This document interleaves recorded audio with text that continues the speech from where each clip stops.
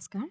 आज हम आपके लिए एक नया कविता लाए हैं और कविता का नाम है मीराबाई के पद। यानी कि मीराबाई ने जो भी लिखा करते थे उनको पद कहा जाता है। और मीराबाई हमेशा श्री कृष्ण से प्रेम करते थे और इसीलिए उनके हर एक पद में कृष्ण के प्रति प्रेम भाव जो है वो देखने में आते हैं। और ये जो पद है इसमें भी श्री कृष्ण को उन्होंने अपने पति के रूप में माना है, उनको ही सिर्फ प्रेम किया है।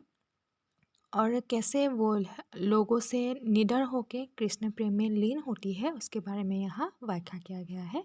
तो आइए देखते हैं। मेरे तो गिरधर गोपाल दूसरा न कोई, जाके सिर मुकुट मेरो पति होए। तो यहाँ पे वो मीराबाई कहते हैं कि मेरा जो गिरधर गोपाल है, गिरी यानी कि पहाड़, जो एक समय कृष्ण क्या कर रहे थे, जो पहाड़ है उस पहाड़ को उन्होंने अपनी एक उंगली में उठा लिया था और इसीलिए उनको गिरिधर नाम दिया गया था। और वो जो गिरी को धारण करने वाले प्रभु है वही मेरे कृष्ण है, मेरे गोपाल है। और दूसरा कोई भी भगवान या कोई भी मनुष्य हो या देवता हो वो मेरे पति नहीं हो सकते हैं। जिसके सिर में मुकुट होगा, और वो मुकुट ऐसा वैसा नहीं बल्कि इसमें मोर पंख लगा हुआ होगा, वही मेरे पति होंगे। यानी कि मेरा जो कृष्ण है वो एक ही है, यानी कि भगवान मेरा एक ही है या मेरे पति एक ही है, और वो है गोपाल यानी कि श्री कृष्ण, और जिनके सिर के ऊपर मोर पंख वाला मुकुट है। फिर लिखा है चारे डे कुल के कानी, कहाँ करी है कोई, संतन डीग बैठी बैठी लोग लज्जा खोई। तो यहाँ पे उन्होंने कहा है कि जो कुल की मर्यादा होती है, जो जात पात ये सब माना जाता है, तो कुल भी माना जाता है। तो ये एक मीराबाई जिस कुल की थी, तो वहाँ के जो भी लोग हैं वो मीरा से यही कहते थे कि ये जो लड़की है वो बावरी हो गई है, या उसको बहुत ही अपमानित किया जाता है था उस समय, क्योंकि अपनी पति को ही उस समय उत्तम स्थान दिया जाता था। लेकिन मीराबाई ने ऐसा नहीं किया था, तो इसीलिए उसने कहा कि छाड़ी दई कुल के काने, मैंने क्या किया, सिर्फ कृष्ण प्रेम को पाने के लिए ही अपनी जो कुल की मर्यादा है उसको मैंने लांघ दिया, उसको मैंने छोड़ दिया, त्याग दिया। और इस मुझे क्योंकि कृष्ण जी पसंद थे, तो इसीलिए मैंने लोगों की कोई एक बात भी मैंने परवाह नहीं किए है। और मैंने सिर्फ कृष्ण के साथ संबंध बनाने के लिए ही लोग जो बात बोलते हैं मुझे, उससे मैं निडर हो गई, यानी कि मुझे कोई लज्जा की अनुभूति नहीं हुई, क्योंकि मैं सिर्फ एक ही कृष्ण को चाहती हूँ और मेरा मन हमेशा उन्हीं पे ही लगा रहता है। और चाहे मुझे कुल से निकाल दिया जाए या लोग कुछ भी कहे तो उससे मुझे कोई फर्क नहीं पड़ता है। अंशुवन जल सिंची सिंची प्रेम बेली बोई, अब तब बेली फैली गई आनंद फल होए। तो यहाँ मीरा जी कहते हैं कि आंसू बन सिंची, यानी कि मैंने आंसुओं से जो खेत है उसमें मैंने पानी बो दिया है, यानी कि जो प्रेम का खेत है, मेरे हृदय में प्रेम का खेत है और उसमें मैंने आंसुओं का जो जल है वो उस खेत में मैंने डाल दिया है। यानी कि मेरे हृदय में जो अभी खेती हुई है, जो प्रेम की खेती हुई है, जो कृष्ण के प्रति जो भावनाएं हुई है उसको मैंने ज़्यादा बढ़ाने की कोशिश की, क्योंकि मैंने कृष्ण को दिल से चाहा था। तो उनसे मिलने के लिए जो भी प्रयत्न हो सका वो मैंने किया, यानी कि मैंने अपने प्रेम को सबल बनाया था। अब तो बेली फैली गई आनंद फल हुई। और ये जो पेड़ मैंने लगाया था, जैसे कि मैंने आंसुओं से अपने प्रेम रूपी खेती को बड़ा किया था या ढोया था, उसमें पानी दिया था, और अभी वो जो मैंने खेत किया था उसमें भी फल उग चुका है, यानी कि मेरा जो प्रेम है वो परिपूर्ण हो चुका है। और परिपूर्ण होने के बाद उसमें आनंद की अनुभूति होती है, और वो आनंद जो है एक मन को शांति देने वाला होता है।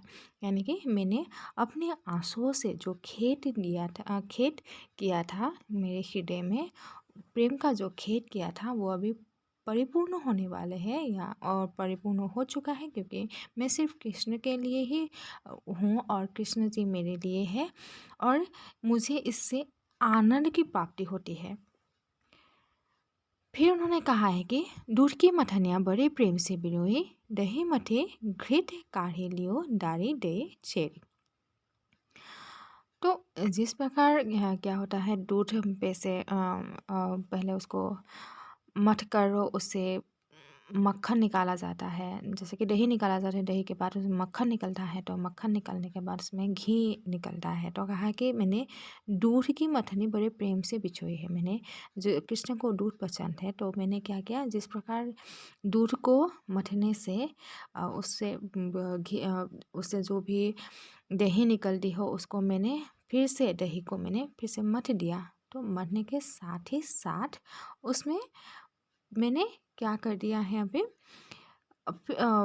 उससे घी निकल आया है और उस घी को मैंने निकाला है। यानी कि मैंने कृष्ण को बहुत चाहा है, कृष्ण से बहुत प्रेम किया है।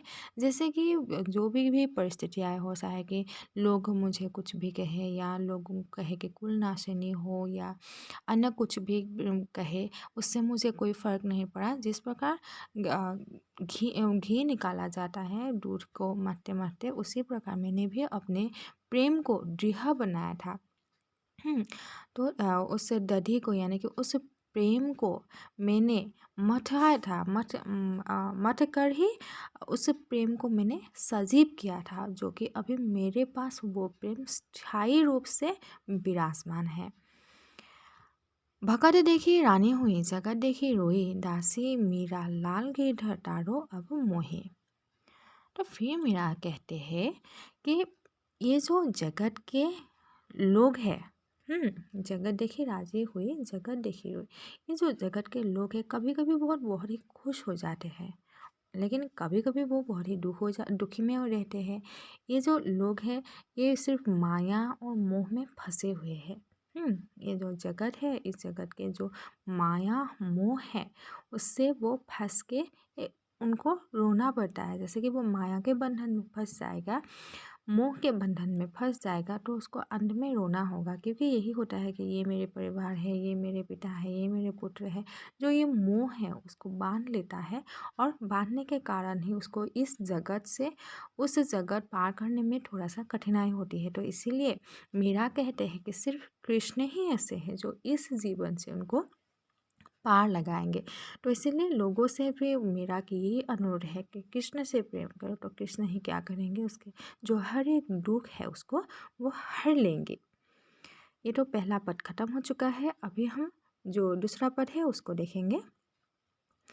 तो दूसरा पद में लिखते हैं कि पग घुंघरू बांधी मीरा नाची, मैं तो मेरे नारायण सो आप ही हो गए साची। लोग कहे मीरा भई बावड़ी, न्याट कहे कुल नासी, विष का प्याला राना भेजा, पीबर मीरा हंसी। मीरा के प्रभु गिरधर नागर, सहस मिले अविनाशी। तो मीरा क्या कहती है कि मैंने अपने पाँव में घुंघरू बांध लिया है और मैं घुंघरू पहन के अभी नाच रही हूँ। यानी कि मैं कृष्ण के प्रेम में फंस चुकी हूँ, डूब चुकी हूँ, और इसीलिए मैंने कृष्ण के नाम का ही जाप किया है। मैं तो नारायण सु आप ही हो गए साक्षी।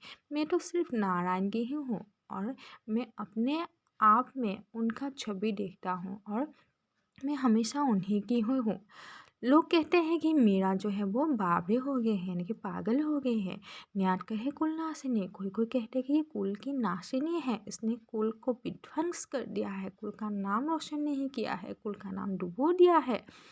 और इसीलिए मेरे जो पति है यानी कि राणा, उन्होंने मुझे विष पिलाया था, और उस विष को देख के मीरा जी हंसने लगे थे और कहा कि मेरा जो गिरधर है वो सबके दुख को हर लेंगे। यानी कि उसको विष पिलाया गया, लेकिन विष भी अमृत जैसा हो गया था। यानी कि विष भी मीरा का कुछ बिगाड़ नहीं पाए, क्योंकि कृष्ण हमेशा उनके साथ था। तो मीरा का यही कहना है कि जो कृष्ण है वो सिर्फ उनके रगों में बसता है। जो कृष्ण है वो एक ही है, दूसरा नहीं है, और वही सिर के मुकुटधारी, सिर में मोर मुकुटधारी कृष्ण है। धन्यवाद।